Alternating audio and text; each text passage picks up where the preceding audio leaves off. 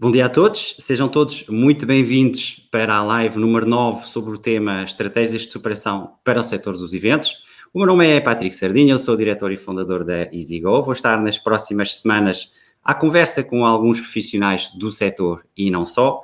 Se quiserem colocar perguntas, estejam perfeitamente à vontade para usar os comentários para o fazer. Irei pedir ao meu convidado para responder às questões que forem sendo colocadas. Hoje o tema é a importância dos meios de comunicação em tempos de crise e o meu convidado de hoje é o Rui Ochoa. Ele é diretor da revista Event Point há mais de 17 anos. Muito bom dia, Rui. Bom dia, Patrick. Muito bem-vindo. Muito obrigado pelo convite para estar Eu aqui. é que agradeço teres aceito o meu convite. Rui, eu começava por te convidar a partilhar connosco um bocadinho o teu percurso até ao mundo dos eventos. Ora bom. 17 anos e 30 segundos.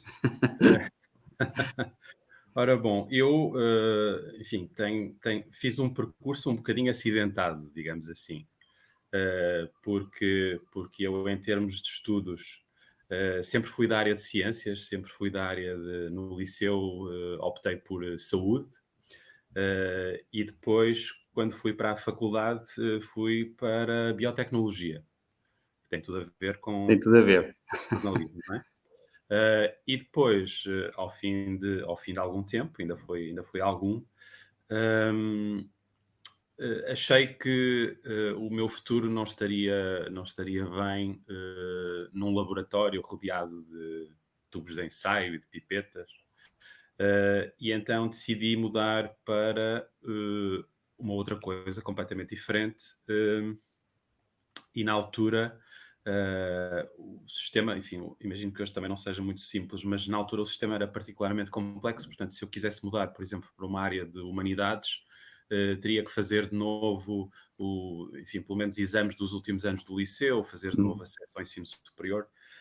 E então surgiu a comunicação social como uma opção, porque aceitavam essa transferência. E, portanto, eu acabei por ir para jornalismo, para comunicação social, aqui no Porto, na Escola Superior de Jornalismo. E, portanto, esse foi um marco de grande mudança em termos de percurso. Depois, cheguei a trabalhar ainda há algum tempo como jornalista, colaborei com alguns meios, com a Visão, com o Jornal de Letras. E depois eu e mais 2 colegas de faculdade fundamos uma empresa de assessoria de imprensa, de comunicação, e uns anos mais tarde surge uma ideia, um projeto, na altura ainda chamado Festas e Eventos, para um diretório na área dos eventos. Nenhum de nós sabia nada sobre eventos. Portanto, era uma coisa, digamos que era uma ideia com cunho comercial, era pegar num projeto e desenvolvê-lo, não é? A verdade é que vínhamos todos da área de comunicação social, e, portanto, sentíamos ali falta de informação, de algo que também falasse sobre o setor, porque a verdade é que não havia nada, como ainda hoje somos a única publicação que está especializada, está segmentada para este setor dos eventos.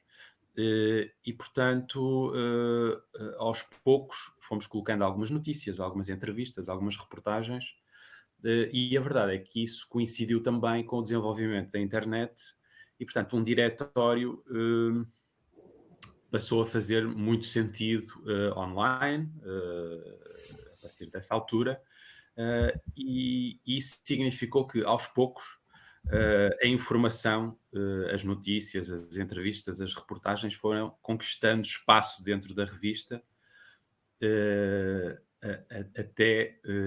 até conquistar a maioria do espaço das páginas dessa revista, não é? Portanto, nós na altura, como digo, não sabíamos nada sobre o setor. E nota-se logo, se calhar, no nome que nós escolhemos para esse diretório, porque era Festas e Eventos. A nossa ideia era muito abrangente, muito democrática, portanto, queríamos juntar ali contactos de todas as empresas que de alguma forma atuam no setor dos eventos, independentemente da tipologia de evento, não é? Portanto, para nós, tanto fazia sentido que aparecesse lá o organizador de casamentos, como o organizador de eventos corporativos, os audiovisuais, o catering, os espaços, enfim, tudo. E logo no início tivemos ali um primeiro choque com a realidade, porque de facto sentimos que havia ali uma divisão, uma fronteira entre eventos para particulares e eventos corporativos, nomeadamente. Não é? E, portanto, tínhamos respostas e tínhamos feedback de pessoas que diziam: eu até acho interessante, ponderava aparecer na vossa revista, mas não sei, ao lado da senhora que organiza casamentos. Portanto, havia muito esse preconceito, não é? Que eu acredito que hoje esteja mais esbatido, mas a verdade é que sentimos logo esse impacto. E, portanto, como havia já na altura outras publicações para a área do casamento, por exemplo, nós acabamos por nos situar nesta esfera dos eventos profissionais, entre aspas, ou seja, eventos corporativos, eventos associativos, e acabou por ser esse também o nosso posicionamento, não é? Eu não sei se estou a ser muito longo na minha resposta. Não, estás à vontade. Quando Também quiseres. foram muitos anos. Eu não estou habituado a estar deste lado. Eu já percebi. Sim. Não é uma posição tão confortável para mim, mas sim, acabou por ser esse um bocadinho o nosso percurso. Depois, o que é que aconteceu também? Em 2007, salvo erro, eu sou terrível para datas, mas em 2007 houve ali uma divisão, portanto, em termos de sociedade, que era a empresa, portanto, os sócios separaram-se e acabamos por cada um seguir o seu rumo, e eu e a Cláudia Sousa, a Cláudia Coutinho de Sousa, que é a nossa editora, acabamos por ficar com esta parte da produção de conteúdos e também com o título da revista. Que depois, mais tarde, nós sentimos necessidade de mudar para Event Point. Foi um processo complicado, ou seja, nós afeiçoamos-nos às coisas, aos projetos, aos nomes das coisas que são importantes e, portanto, hesitamos muito ali na mudança de nome, mas sentíamos às tantas que a revista que nós tínhamos estava um bocadinho desfasada, ou bastante desfasada do que era o nome original da publicação. Quando as pessoas não conheciam a revista, imaginavam muitas vezes que éramos uma revista de imprensa cor-de-rosa, sobretudo por causa do ingrediente festas, não é? E, portanto, nós sentimos necessidade de fazer essa mudança. E fizemos-lo desde logo assumindo também uma perspectiva internacional do projeto, e daí o nome em inglês. Mas, enfim, foi um bocadinho assim a nossa história, o nosso percurso, não é? Que de certa forma é um percurso solitário, porque, como digo, em Portugal somos a única publicação que está especializada neste segmento, não é? Tem coisas boas, tem coisas más, mas aquilo que procuramos é forçar-nos sempre e desafiar-nos sempre para dizer mais e melhor, e evoluir, não é? E, portanto, apesar de haver outras publicações de outras áreas que de vez em quando também, enfim, fazem as suas incursões por esta área dos eventos, a verdade é que somos a única em Portugal que tem essa especialização, embora seja uma especialização bastante abrangente na perspectiva de que lá fora, por exemplo, com outros mercados de maior dimensão, há publicações ainda mais especializadas, não é? O que eu digo é que há publicações, por exemplo, que só falam de eventos corporativos ou só falam de eventos associativos, ou que eventualmente só falam de eventos de marca. Portanto, nós cobrimos esse espectro todo, que é bastante amplo, e e até normalmente explicamos isso dizendo que a nós nos interessam os eventos como ferramenta de comunicação e de marketing, não é? E, portanto, depois como é que são aplicados ou em que contexto é que são aplicados é relativamente indiferente, porque de facto são, enfim, ações que tanto podem fazer sentido para um grupo de 10 pessoas como de 10.000, para um evento público como para um evento corporativo, um congresso, uma ativação de marca, enfim, há uma variedade imensa de tipologias de eventos e, portanto, nós procuramos acompanhar um pouco tudo aquilo que se faz, sobretudo, e desde o início que temos muito essa filosofia, não é? Ou seja, porque temos uma revista que é trimestral, a nossa preocupação foi sempre que fosse uma revista que as pessoas pudessem guardar e que, portanto, tivesse conteúdos de referência, não fosse uma revista de atualidade, porque com essa periodicidade não faria muito sentido. Portanto, esses conteúdos de atualidade nós reservamos para o site. E, portanto, aquilo que nós procuramos sempre é encontrar o melhor do mundo dos eventos, não é? Pode ser aqui dentro em Portugal, pode ser lá fora em qualquer canto do mundo, mas estamos sempre à procura de boas práticas, de casos de estudo interessantes, às vezes até de conhecimento que que não nasceu propriamente na área dos eventos, mas que pode ser usado e aproveitado para o setor dos eventos, sempre à procura de tendências, de novas tecnologias, de temas que podemos antecipar que hoje não são ainda uma preocupação, mas que podem vir a ser importantes na nossa área, no nosso setor. E, portanto, é um bocadinho com estas grelhas ou com estas ideias mestres, com estes pilares que nós temos procurado fazer o nosso percurso, o nosso caminho. Ok. É tão simples quanto isso.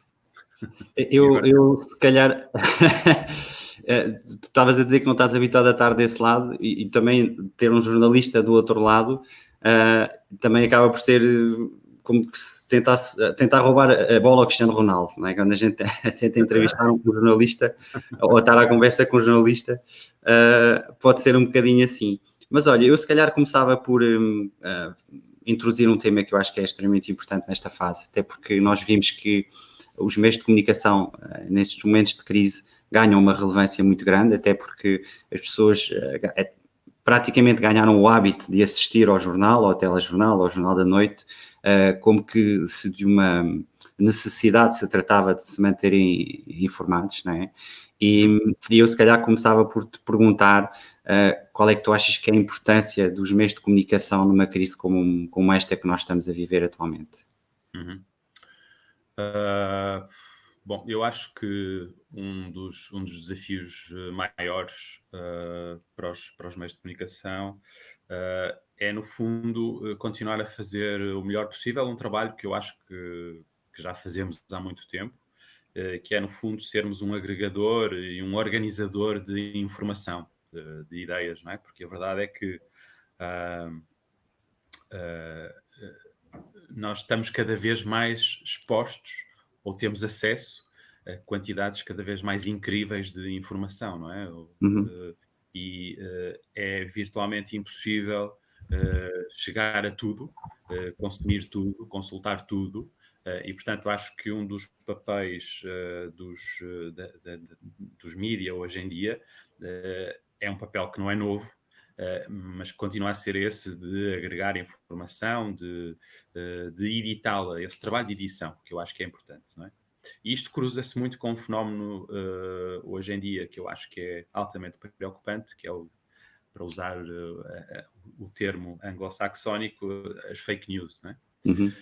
Ou seja, acho que é de facto um desafio muito grande nos dias de hoje, que é fazer esse trabalho também de triagem e de seleção das fontes, que é um trabalho eminentemente jornalístico, não é?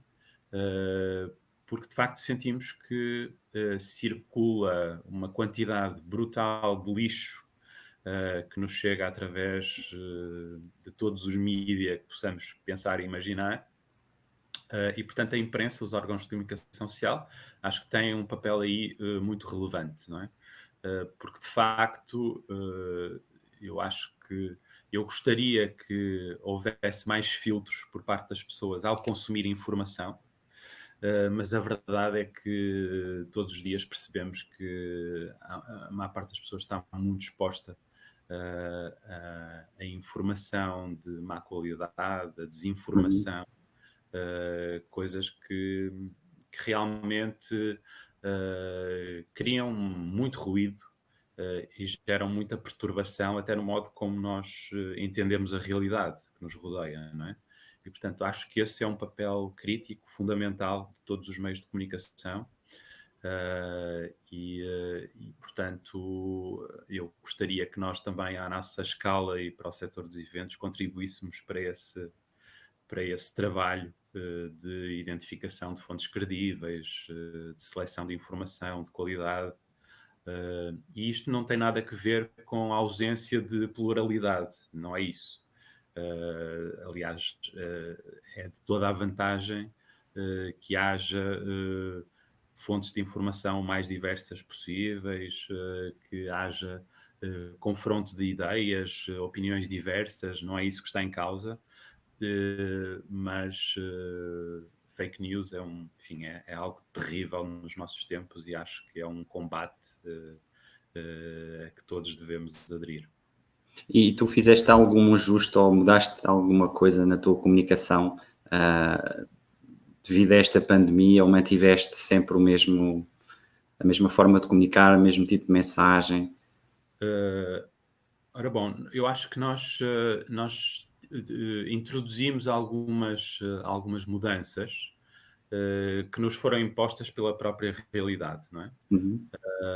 Acho que também já passamos momentos diferentes ao longo desta crise. O que eu quero dizer é que no início, uh, houve muita gente que foi surpreendida enfim, pela força deste fenómeno, não é? Porque, de facto, e pensando na indústria dos eventos, aquilo que ouvimos recorrentemente é que toda a gente tinha a expectativa de um ano absolutamente extraordinário.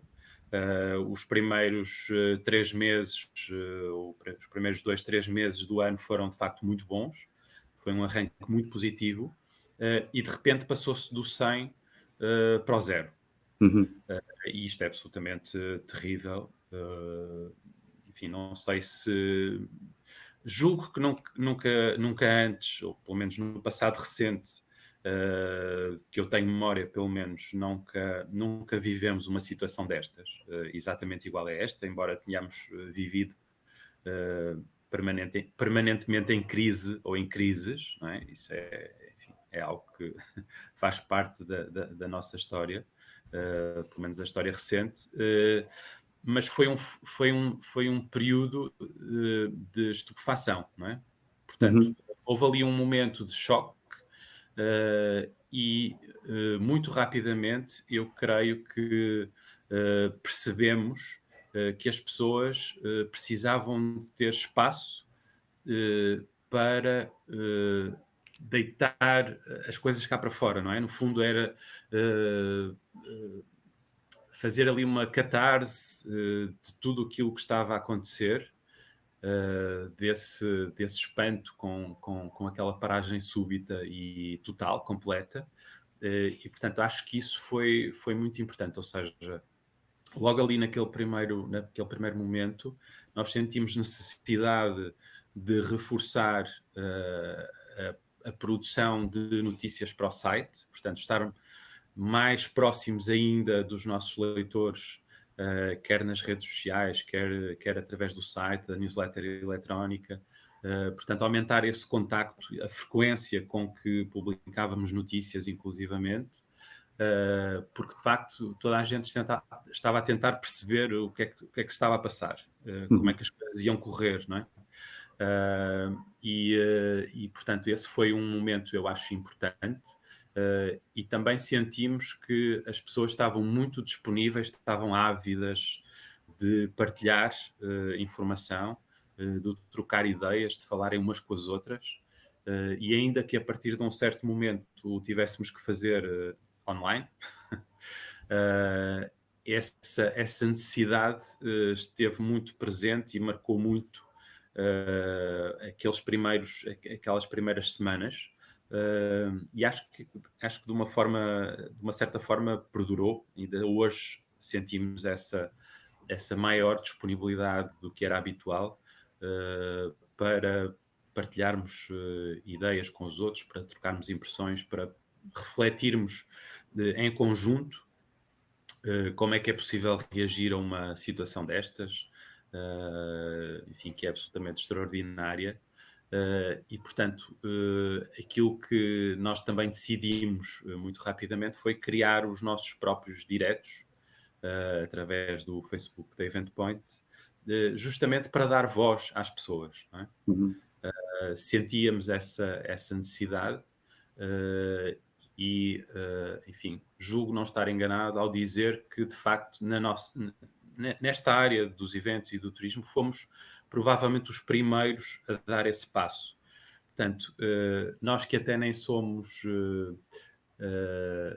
normalmente somos muito cautelosos nos passos que damos e ponderamos muito e se calhar até de vez em quando hesitamos demais.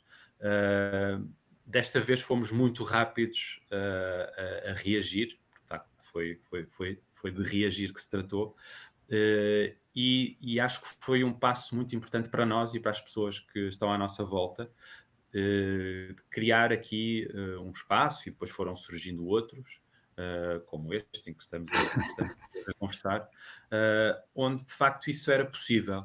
Era, apesar da distância entre nós, a distância física, ser muito marcante, às vezes ser muito grande, a verdade é que pudemos estar muito próximos uns dos outros durante este período, e acho que isso foi algo muito positivo. Sentiste que e sentiste que, de certa maneira, a notícia também necessitava de nascer um bocadinho do lado do público, porque eu acho que a certa altura as próprias empresas e as próprias pessoas se calhar tornaram-se um bocadinho a notícia em si, que era tentar perceber o que é que elas também necessitavam naquela altura, não é? Tu estás a falar das conversas em direto, acaba por ser dar voz, portanto, se calhar houve aqui um canal bidirecional de comunicação em que antes disto tudo a notícia nascia do lado do meio de comunicação, mas nesta altura também há muita necessidade da notícia nascer do lado das pessoas, perceber o que é que elas sentem, o que é que elas têm para dizer e a notícia reagir nesse sentido, não é? Ou seja, dar-lhes aquilo que elas querem ouvir. Estás a referir as conversas em direto, que é dar voz a essas pessoas, e a notícia, nesta altura, nasce do lado das pessoas, do público em geral, não é? Uhum. Pois, eu diria que aí, se calhar, não há nada de propriamente novo. O que mudou, seguramente, foi uma rapidez maior na troca de ideias, na circulação de ideias, enfim, na tal função da conversa, não é? De partilha de opiniões, de preocupações, e depois, a partir de uma certa altura, também pensar em caminhos, pensar como olhar para a frente, como retomar. A partir de uma certa altura nós também sentimos isso, e mudamos também o modo como nos focávamos, nos temas, até mesmo para notícias muito, muito breves, muito simples. Ou seja, nós nos primeiros dias tínhamos muita informação, por exemplo, sobre eventos que eram adiados ou cancelados. Portanto, muita da nossa informação passava por aí, não é? Mesmo grandes feiras internacionais do nosso setor eram adiadas, eram canceladas. E, portanto, nos primeiros dias havia muito esse choque de perceber que aqui e lá fora tudo estava a parar, no fundo. Pois. Ou Isso é fácil de entregar esse tipo de notícia? aquilo que, pois, aquilo, eu ia explicar isso. A partir de uma certa altura, nós sentimos que aquilo era demais, ou seja, que as pessoas já não suportavam mais notícias Uhum, daquelas. E então começamos a dar uma atenção maior e um foco maior ao modo como as pessoas estavam a gerir internamente, até dentro das próprias empresas, essa crise, como é que estavam a lidar com as pessoas das equipas delas, como é que estavam a procurar manter o espírito dentro das equipas, como é que estavam a pensar no retorno, como é que se preparavam, como é que usavam o tempo que passaram a ter disponível, que não, enfim, que não podiam usar para organizar eventos, como é que o estavam a usar, se estavam a fazer ações de formação, se estavam a repensar processos internos, se estavam a rever, enfim, os procedimentos, se estavam a arrumar ideias, a uhum, arrumar a casa, não é? Tarefas para as quais muitas vezes não sobra muito tempo no dia a dia, porque estamos todos muito consumidos pelas tarefas urgentes e que, se calhar, pelo menos para alguns, este período inicial permitiu fazer, não é? E, portanto, isto para dizer que nós próprios mudamos o nosso foco em termos de notícias e, portanto, a partir de uma certa altura deixamos sequer de dar atenção a mais um evento que era adiado ou cancelado, porque, quer dizer, já toda a gente sabia que uhum. esse era o caminho inevitável, não é? E a verdade é que isso também foi sendo uma coisa, uma gestão quase intuitiva, eu diria, porque não havia nenhum manual de regras para lidar com uma situação destas. E creio que um dos fatores que pesaram mais foi justamente a incerteza, não é? Porque todos nós estamos a lidar com uma situação que a esta escala é completamente nova. Portanto, todos os dias aprendemos. Depois também acontece muito isso com tudo, mas com a informação também, que era, hoje publicávamos uma coisa que amanhã estava completamente desatualizada, porque entretanto as coisas tinham evoluído, tinham avançado, tinham surgido novidades, tinham mudado de decisões políticas, tinham, enfim, uma série de elementos, de ingredientes que no fundo faziam com que tudo mudasse muito rapidamente e, no entanto, sempre ali uma incerteza muito grande sobre quanto tempo é que tudo isto iria durar, quando é que poderíamos retomar uma atividade relativamente normal. E a verdade é que, apesar de já estarmos mais próximos desse dia, continuamos a viver com muitas incertezas, não é? Uhum. E, portanto, isto é de facto um desafio muito grande que se nos coloca a todos nós, não é? E tu achas que estavas a falar em relação às autoridades, em relação à comunicação por parte do Estado, achas que as autoridades portuguesas fizeram um bom uso dos meios de comunicação? Porque houve uma necessidade muito grande de comunicar, de partilhar informação, de manter as pessoas atualizadas e informadas. Achas que isso foi bem utilizado? Foram usados os meios corretos, a linguagem correta, etc.? Eu acho que nem sempre se acertou e nem sempre se fizeram as melhores opções, mas eu reconheço que seria sempre muito difícil fazer aqui um plano ou ter aqui uma ação de comunicação absolutamente impecável, sem nenhuma falha, sem nada que se lhe pudesse apontar, até por isto, pela novidade de todas as situações, não é? Uhum, E depois também porque percebo que ah, ah, havia aqui questões muito sensíveis e muito delicadas para gerir, não é? Porque também, ou seja, o que eu quero dizer é o seguinte, é que a nossa missão, a nossa tarefa é, no fundo, transmitir, eu não sei se a verdade das coisas é a expressão mais correta, mas pelo menos procurarmos transmitir as situações tal como elas são, apesar de toda a complexidade e toda a diversidade de perspectivas que possam estar em causa.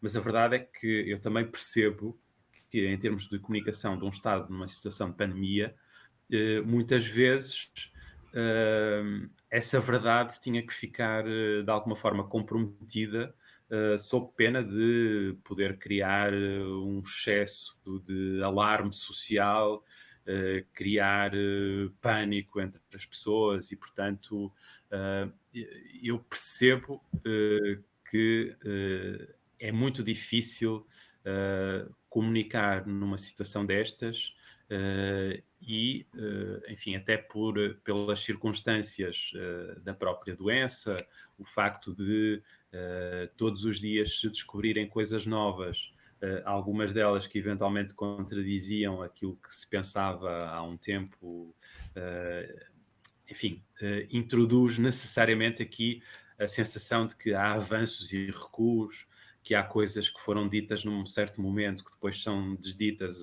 mais a seguir, mais à frente, e depois voltamos outra vez, se calhar, ao que era anterior.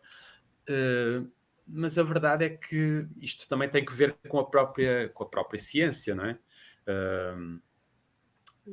Não há verdades absolutas em termos científicos. Aquilo que nós podemos dizer é que, à luz do que sabemos hoje em termos científicos, a realidade pode ser esta, mas nada nos garante que amanhã não seja outra coisa completamente diferente e que não venhamos a descobrir, enfim, coisas que nos levem a concluir que afinal não era aquilo que nós pensávamos há um ano atrás, ou há 10 anos, ou há 100 anos, e que as coisas vão evoluindo. Isso é absolutamente inevitável e acho que temos que aceitar isso. É evidente que quem for particularmente adepto das teorias da conspiração pode encontrar aí uma série de justificações mais ou menos maldosas para muitos desses acontecimentos, não é? Mas eu não sou particularmente adepto dessas teorias da conspiração e, portanto, admito inclusivamente que as pessoas podem errar, não é? E é legítimo que possam errar, que possam não tomar as melhores decisões em todos os momentos, e reconheço que, em termos de comunicação, este período é particularmente desafiante, particularmente complexo, e, portanto, acho que, apesar de tudo, fizemos um trabalho muito razoável. Quando digo fizemos, o Estado português fez um trabalho bastante razoável na gestão desta crise. Portanto, eu não sou daqueles que acham que fizemos tudo mal e que está tudo completamente errado e que devia ser completamente diferente. Portanto, não alinho nesses discursos. E agora que estamos em junho, portanto, a partir de 1 de junho, começamos a ver que o mercado e alguns setores começam a abrir. Na tua opinião, achas que, e agora olhando um bocadinho para a perspectiva do setor em si, dos eventos, achas que o setor está preparado para esta nova realidade que vem aí? Daquilo que tem sido as tuas conversas também com vários profissionais do setor, o que é que tu achas que vem aí, digamos assim, agora que as coisas começam a reabrir devagarinho? Bom, eu acho que o mais importante, ainda ontem no nosso direto falávamos nisso, é a questão da confiança. Portanto, o primeiro grande desafio é restabelecer a confiança. Portanto, porque a verdade é esta, não adianta de nada abrir os espaços, voltar a organizar eventos, se as pessoas simplesmente não se sentirem seguras em participar, em estar nesses eventos, não é? Portanto, isso acaba por ser aqui um bloqueio, digamos, e é preciso vencer esse bloqueio. E concordo que para vencer esse bloqueio é preciso ir começando a fazer coisas. Portanto, o importante é recomeçar, é retomar a organização de eventos com pessoas, presencialmente, e, portanto, acho que esse é o grande desafio. O Jorge ontem dizia que a confiança ganha-se quando os eventos começarem a acontecer. Tu concordas com essa opinião? Sim. Ou seja, achas que a confiança se vai ganhando aos poucos, vendo que de facto houve outras pessoas que tiveram confiança suficiente para começar a assistir. Sim, sim, sim. É? Aliás, se pensarmos, enfim, foi muito criticado, não deixa de estar envolto em polémica, mas aquele evento no Campo Pequeno com o Bruno Nogueira, eu acho que foi justamente o principal objetivo foi justamente esse, não é? Foi Uhum. demonstrar às pessoas que era possível ir a um evento, participar num evento, e aos poucos começar a reganhar essa confiança, não é? Portanto, acho que as coisas passarão por aí, inevitavelmente. Compreendo que não se possa passar de repente do 8 para o 80, não é? Não é fácil abrir de repente tudo e podermos voltar a fazer os eventos como fazíamos antes, nesta fase, evidentemente, mas é importante que o mais rapidamente possível os eventos de facto recomecem e se vá fazendo esse trabalho de reconquista da confiança das pessoas em participar nos eventos. Isso inquestionavelmente. Não é? E tu achas que essas mudanças incluem um relacionamento diferente com o público-alvo?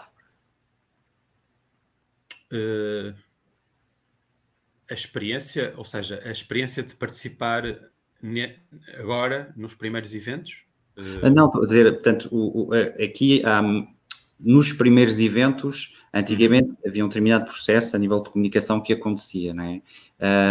E daquilo que tenho lido ultimamente, também há muita necessidade de falar com o participante para perceber também, para medir esse grau de confiança que ele tem para se deslocar ao evento presencial.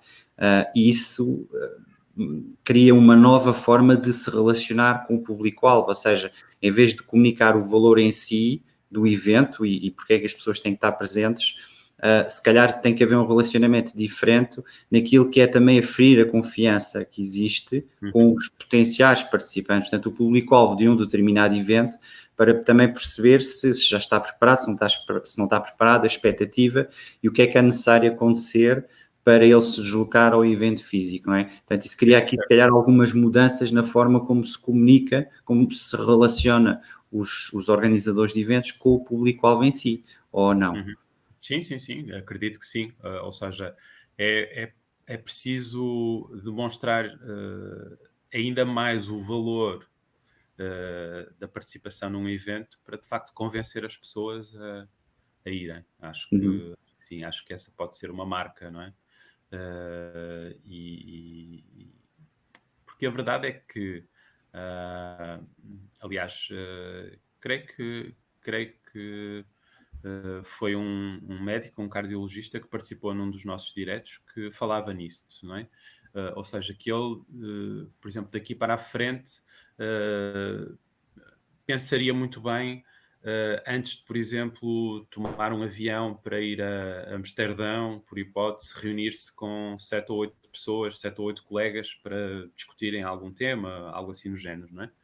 É evidente que aqui estamos a falar num exemplo micro, nano, não é? Uhum. Mas o que eu quero dizer é que essa forma de pensar é possível que fique como resultado desta pandemia. Ou seja, e posso dar este exemplo, não é? Eu estou no Porto, estou baseado no Porto, não é? Muito do nosso mercado está em Lisboa.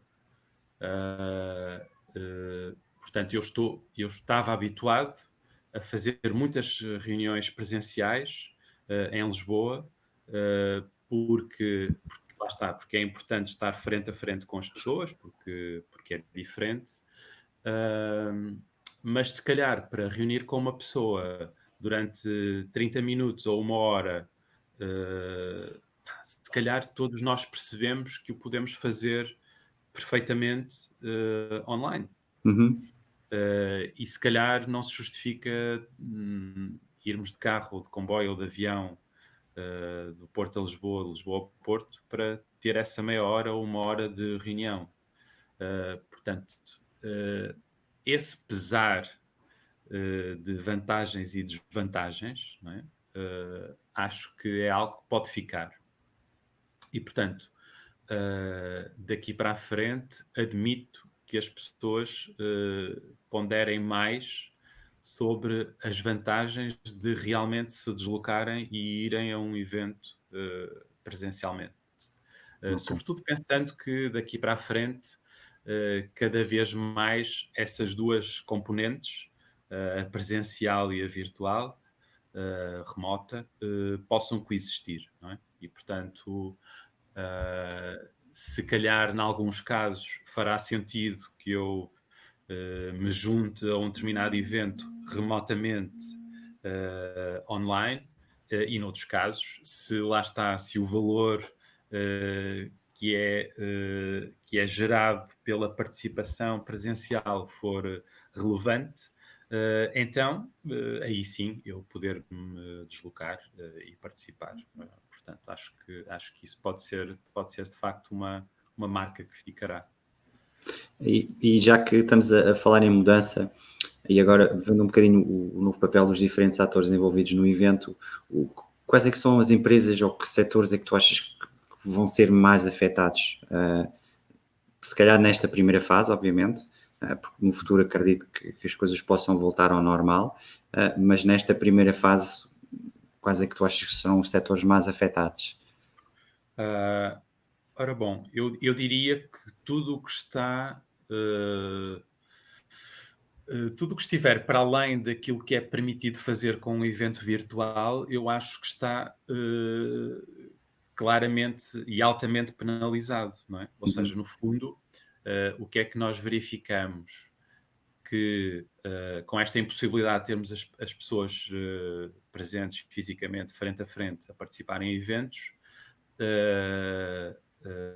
enfim, passado muito pouco tempo, começaram a surgir soluções que permitiam que as pessoas pudessem encontrar, ainda que online, não é? Virtualmente. E, portanto, todas as pessoas, todas as empresas que tiverem essas soluções, conseguem pelo menos ter aqui respostas para o mercado, para o imediato, e ter aqui serviços para vender, não é? Uhum. Todas as outras que não tiverem serviços que possam ser incorporados nesses eventos virtuais estão claramente mais penalizadas e mais expostas, não é? Ok. E portanto acho que há aí uma barreira muito grande entre quem pode oferecer ou contribuir para um evento virtual online e quem não tem oferta para esse tipo de soluções. E portanto acho que aí resulta uma barreira muito grande, não é? Ainda que a capacidade de inovação possa ultrapassar algumas dessas barreiras, não é? Eu estou a pensar, por exemplo, no caso do catering, Uhum. que nós pensaríamos que, enfim, pensaríamos que não teria qualquer possibilidade ou qualquer viabilidade de prestar serviços para eventos virtuais, mas a verdade é que hoje já temos várias empresas de catering com soluções que permitem, por exemplo, nós estamos aqui a conversar hoje, não é? Podíamos ter recebido o nosso catering numa lancheira e estarmos aqui os dois a tomar um pequeno almoço enquanto conversávamos, não é? Sim. Uh, há ainda, apesar de tudo, algumas formas de contornar essas barreiras. Mas admito que nem todas as áreas, nem todas as empresas tenham essa possibilidade ou tenham essa abertura para poder inovar, seja com o que for, não é? Eu, se calhar, introduzia aqui já algumas questões, temos algumas questões das pessoas que estão a assistir, e por Sim. acaso era um tema que eu queria abordar aqui, a questão da Nádia Ribeiro. E os eventos internacionais será uma questão de confiança ou demorará mais tempo? Porque aqui, em relação aos eventos internacionais, parece para mim que temos duas limitações, não só os transportes aéreos, assim como as limitações que as próprias empresas, digamos assim, poderá colocar aos seus colaboradores em viajar, em assistir a eventos internacionais, até porque no e-book que eu irei partilhar a seguir, falam muito da importância de se calhar começar com eventos locais, eventos mais pequeninos em que não haja tanto essa dependência de deslocações internacionais e esse risco de contágio de pessoas que venham de fora e tentar manter as coisas mais locais, mais internas. Mas relativamente aqui à questão da Nádia, será uma questão de confiança ou demorar mais tempo? É claramente uma questão de confiança, portanto, tudo radica desta questão de confiança. É verdade que neste momento há ainda enormes limitações, quer em termos de viagens aéreas, quer mesmo até em termos de abertura de fronteiras, não é? Portanto, vamos ter ainda que lidar com esses bloqueios durante algum tempo, e portanto aquilo que vamos percebendo é que em todos os países se fala numa retoma primeiro do mercado interno e só depois dos mercados internacionais. Portanto, isso parece ser uma forte possibilidade, pelo menos, parece ser essa a orientação. E, portanto, será até uma questão de escala, não é? Ou seja, mais facilmente eu me deslocarei, por exemplo, dentro de Portugal para ir participar num evento, antes sequer de pensar na possibilidade de viajar para o estrangeiro, de enfrentar uma série de outras situações mais complexas, não é? Em termos de deslocação e de viagem. Portanto, é inevitável, parece-me, que os eventos internacionais retomem mais tarde do que os eventos nacionais, não é? Ok. Mesmo aí com algumas nuances. Eu se calhar pegava aqui na pergunta da Teresa Henrique, embora explicaste que de facto a Eventpoint é mais focado no setor empresarial, e ultimamente tem-se falado muito também dos casamentos. Eu vi recentemente que há pessoas de fora que vêm para Portugal para poderem casar, porque cá em Portugal isso já é possível. O que é que tu pensas acerca disso? Não, eu acho que, ou seja, parece-me que é um segmento perfeitamente válido, tão relevante como qualquer outro.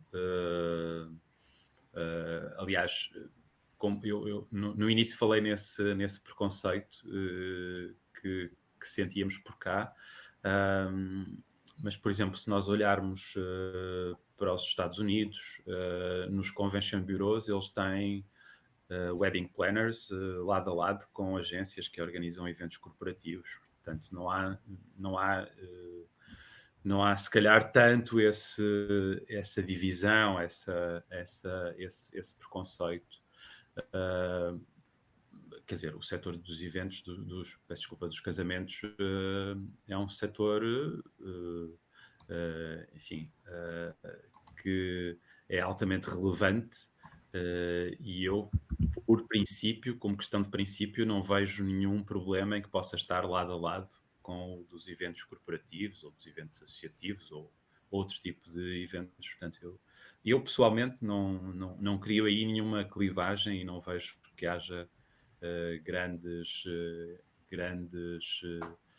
necessidade de divisões sequer. Aliás, sabemos que basta pensarmos, por exemplo, empresas de catering. É evidente que elas trabalham tanto para um evento corporativo como para um casamento. Há casamentos, e agora estamos a falar nesses internacionais também, mas há casamentos que são tão mais complexos do que um evento corporativo. Há casamentos que têm orçamentos superiores aos de eventos corporativos, portanto não vejo aí nenhuma minoridade do setor do casamento em relação a outros na área dos eventos. Eu gostava de aproveitar, não sei se deu para entender, que eu projetei aqui o PDF sem querer, até porque isto... que eu gostava de aproveitar para partilhar o e-book que foi lançado esta semana, ou pelo menos eu estive a lê-lo esta semana. Queria só que tu me falasses um bocadinho sobre ele. Depois eu gostava de partilhar alguns números que tens aqui. Haveria aqui muita coisa para conversar. Eu achei o e-book, e eu gostava de vos dar os parabéns, eu achei o e-book fantástico, porque reflete muito das coisas que muitas vezes nós pensamos, mas que não vemos escritas em lado nenhum.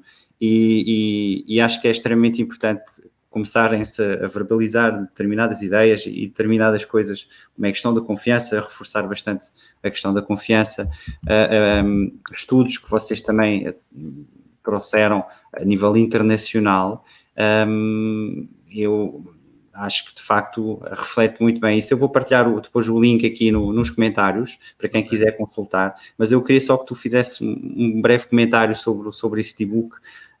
O que é que tu achas de facto deste trabalho fantástico da Cláudia? Sim. Bom, antes de mais isso, essa questão da autoria, né? Este é um trabalho fantástico que não é meu, aliás, está aí bem escrito, é da Cláudia Coutinho de Sousa, que no fundo resulta de muitas horas de leituras, de audição, de conversas.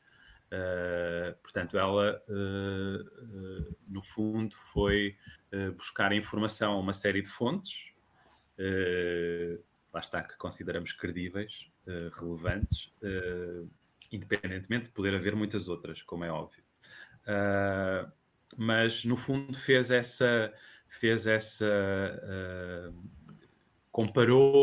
reuniu e comparou uma série de informação que está dispersa, que está disponível para toda a gente, mas esteve a consultar essa informação, reuniu esses dados, organizou-os e, portanto, dando origem a este e-book que publicamos recentemente e que, de facto, eu convido todos a lerem, pelo menos, porque acho que tem aqui informações que podem ser úteis para todas as pessoas que de alguma forma operam nesta indústria dos eventos, independentemente da tipologia de eventos que organizam, de qual é a posição que ocupam, se são agências, se são fornecedores de qualquer área. Portanto, acho que há aqui informação que é útil, interessante, sempre com a ressalva de que estamos numa época em que tudo muda muito rapidamente e, portanto, este e-book é pensar num futuro próximo e em algumas pistas, em algumas marcas que podem assinalar ou de alguma forma condicionar este futuro próximo. Portanto, estão aqui algumas ideias que, como disseste, resultam de variedíssimas fontes de informação, nacionais e internacionais, e que estão aqui reunidas e acessíveis para todos. É um e-book com 60 páginas, lê-se muitíssimo bem. Tem depois links para outras fontes, para artigos, para estudos, etc. Portanto, acho que é aqui uma fonte de informação útil e é mais um exemplo do trabalho que temos vindo a desenvolver neste período, que é enfim, marcado por esta pandemia. Eu parei por acaso aqui nesta página de propósito, porque era um dos estudos que vocês têm aqui e que eu gostava só de que tu me comentasse muito rapidamente, que é um inquérito da Freeman, onde eles dizem que, portanto, eles, para contextualizar, eles fizeram um inquérito em abril a 200 marketeers, e o que eles dizem é que quase metade deles espera começar a planear eventos presenciais daqui a 4 ou 6 meses, mas eu acho que o mais relevante, que eu achei mais relevante, é que 36% diz que não vai mudar a estratégia quanto aos eventos, 46% indica que os eventos presenciais só se vão realizar quando não for possível o digital, e 52% diz que planeia ter uma componente digital em todos os eventos. Isto são números que te surpreenderam? Estavas já à espera destes valores? Não, quer dizer, no fundo, vamos ver, acho que estamos aqui a falar de coisas que não são particularmente novas, não é? Ou seja, já há muito tempo que nós e enfim, muita gente pelo mundo fora vai falando em eventos híbridos, não é? No fundo, nada do que está aqui eu diria que é particularmente novo. O que pode ser novo é a atenção que damos a cada uma destas componentes, não é? E, portanto, esta necessidade de ter que conquistar de novo a confiança das pessoas vai seguramente fazer-nos olhar com mais atenção, em maior profundidade, para quais são os argumentos que podemos usar, podemos reunir para justificar que uma pessoa participe num evento, seja presencialmente, seja online, remotamente. E, portanto, acho que pode ser isso, que pode ser eventualmente diferente, mas, como digo, não é algo de particularmente novo. O que aliás, nós próprios sentimos isso, e eu já de alguma forma também referi isso. Muitas destas coisas com que nós estamos aqui a lidar neste momento e com que vamos ter que lidar para a frente, são coisas que se calhar muitos de nós já tinham em cima da mesa, que já andavam a pensar, a refletir. Esta pandemia, no fundo, foi uma espécie de catalisador, foi um acelerador de certas mudanças, não é? E, portanto, acho que a grande mudança estará provavelmente aí. Ou seja, na rapidez com que, se calhar, algumas coisas vão evoluir, vão mudar, e, portanto, se calhar não é nada mais do que isso. Ok. Eu, se calhar, para terminar, deixava-te aqui a pergunta do Pedro Rodrigues, em jeito de conclusão. Ele pergunta se ainda Eventpoint uma espécie de consciência e memória do setor dos eventos em Portugal, quais as melhores recordações ou momentos memoráveis deste percurso? É muito difícil. O Pedro já me tinha avisado que ia fazer uma pergunta complicada. E realmente isto Ele a mim não disse nada. é muito difícil responder a isto. Enfim, um bocadinho como imagino que seja, porque nós somos mídia, nós não somos organizadores de eventos, não é? Mas como eu imagino que para o Pedro Rodrigues e para muita gente do setor, o melhor evento é sempre aquele que está para vir, é sempre o próximo, não é? É essa adrenalina também que os faz sair da cama todos os dias. O próximo, o que está para vir, é sempre o melhor. E é com essa crença que eu acho que todos nós vivemos de algum modo, porque senão a vida e o trabalho seria demasiado penoso.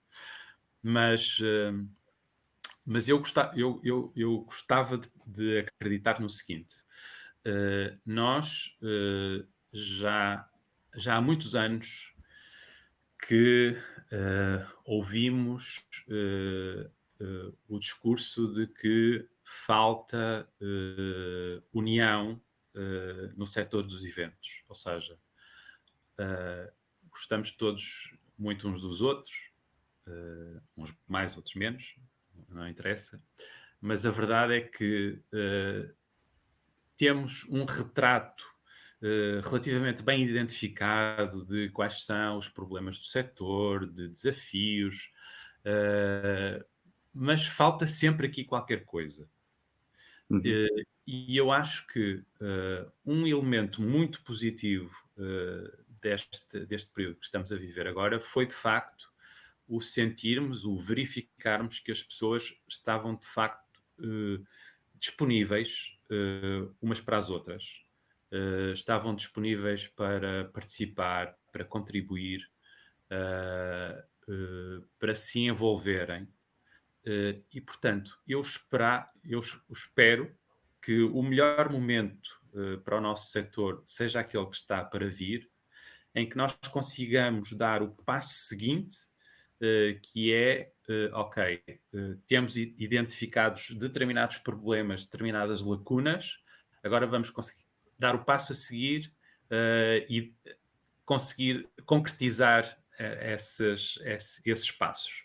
Acho que é isso que tem faltado. Tem faltado em muitos momentos, em vários momentos. E eu gostaria de pensar que era possível ultrapassar, dar esse salto daqui para a frente, com impulso neste momento particularmente difícil, particularmente desafiante, mas que isso pudesse acontecer. Agora, claro que recordações e memórias temos muitas, espantosas, não é? Ao longo destes anos todos, mas acho que até seria injusto particularizar uma ou outra. Vimos trabalhos absolutamente fantásticos, mas eu diria até isto mais, nós que estamos muitas vezes lá fora também, que vemos eventos portugueses a competirem para prémios internacionais e a ganharem sistematicamente, eu acho que temos que ter todo o orgulho, enfim, vaidade não diria, porque tem algumas conotações negativas, mas orgulho, ter orgulho nesta área, nos eventos que são organizados em Portugal.